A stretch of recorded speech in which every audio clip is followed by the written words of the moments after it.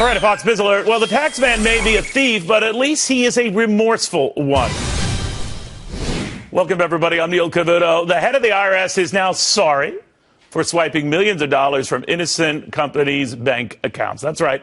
The IRS took money straight from businesses suspected of doing something a little hanky-panky, even without proof of anything hanky-panky or remotely criminal. Those businesses waging very costly legal battles to get their good name and their money back. To Judge Andrew Napolitano says this apology then is not enough. It is interesting because this was a perfectly legal thing. I remember when you and I first started this, that it's legal what they're doing, but it's not right. Well, it's legal because Congress has authorized it. Right.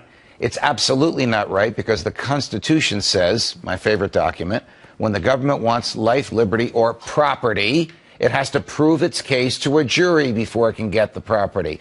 But Congress is the culprit here, and Congress has done two things wrong. It has enacted legislation that allows FBI, federal agents, right, typically IRS and Treasury agents, to do this.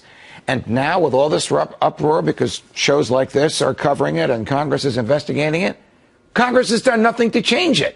And that adds more vitality can change to it. the So when he apologizes, that is the IRS chief for this, that doesn't mean he's going to stop it. Even if he says he's going to stop it, it doesn't mean he has to stop it. See. With the permission on the books for them to seize your assets before you've been charged and convicted of a crime, they have frustrated the Constitution. They have put innocent small business people out of business, and it's just plain wrong and un-American that this should happen. And it's even worse than it appears. Guess what happens to 25% of what they seize? It goes to the agency that they work for.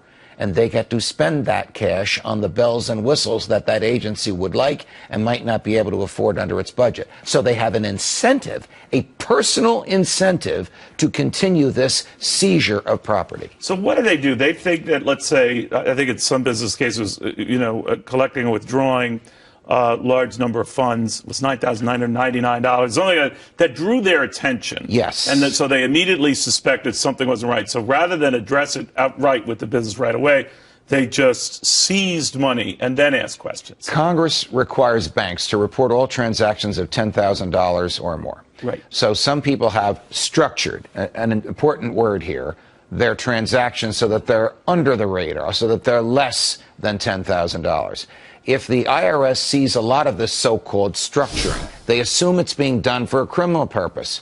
Look, it could be done for a perfectly benign purpose. They'll seize the assets anyway because the statute allows them to do so, and Congress, many of whose members are in bed with law enforcement, refuses to rescind that statute. So the message here is an apology is not going to be accepted because you've not indicated that you're going to stop this practice. And the other message is the entity to whom the apology was given, members of Congress who did grill the head of the IRS. They right. did put his feet to the fire. They have the power to change it, and they're not exercising it.